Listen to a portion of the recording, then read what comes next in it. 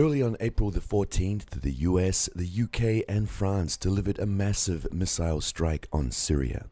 The attack was publicly justified with accusations that the Syrian government had allegedly been behind the so-called Douma chemical attack on April the 7th. US Defense Secretary Jim Mattis described the strikes as harder than the 2017 strikes on Shayrat military airfield. The Pentagon said that the US and its allies had launched 105 missiles at the alleged chemical weapons facilities of the Assad government, and all of them had precisely hit their targets. The attack involved the following means and launches.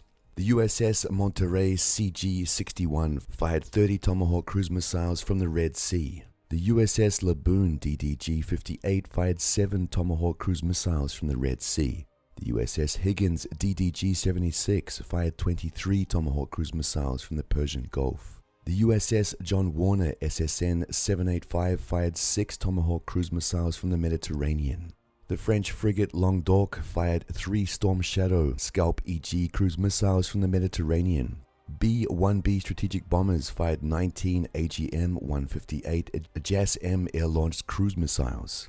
British Typhoon and Tornado fighter jets fired 8 Storm Shadow Scalp EG air-launched cruise missiles.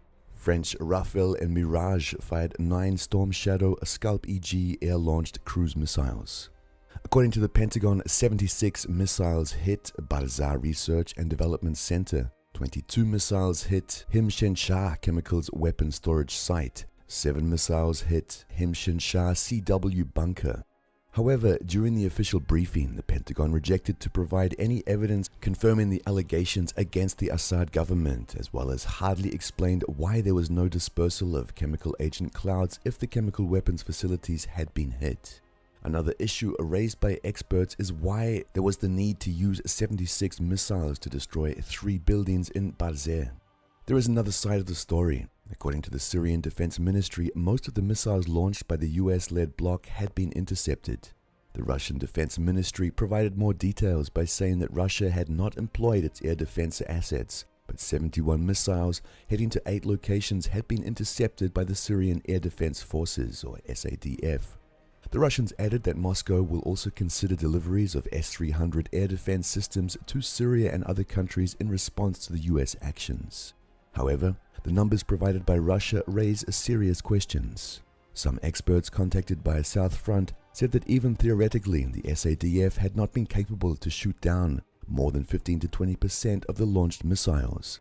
The SADF just does not have enough means and measures to intercept such a number of missiles simultaneously in one striking wave. The experts suggested that the Russian military had possibly used its state-of-the-art electronic warfare systems to counter the launched missiles during their final phase of flight path. Another factor which highly likely contributed to the effectiveness of the Syrian countermeasures is that Russia had provided the Syrian military with operational data from its technical reconnaissance net, including satellites and other surveillance means. Likely, Iran had done a similar thing. Using tracking data, Russian-made air defense systems like S-125 and S-200 Buk and Kvadrat are capable of shooting down cruise missiles with a relatively high efficiency. The 71 intercepted missiles of 103 launched are a decisive failure for the US and its allies. Some experts suggested that the 76 missile strikes on Barzeh announced by the Pentagon could be an attempt to explain where all the missiles had gone. If the data provided by the Russian Defense Ministry is confirmed, this will be the first time in their history when some side was able to repel a massive strike of the so-called modern high-precision weapons. So, in the case of nuclear exchange between the US and Russia, the Russians will be able to intercept most of the US attacking means, suffering a minor damage. Russia's nuclear strike would be a crushing blow.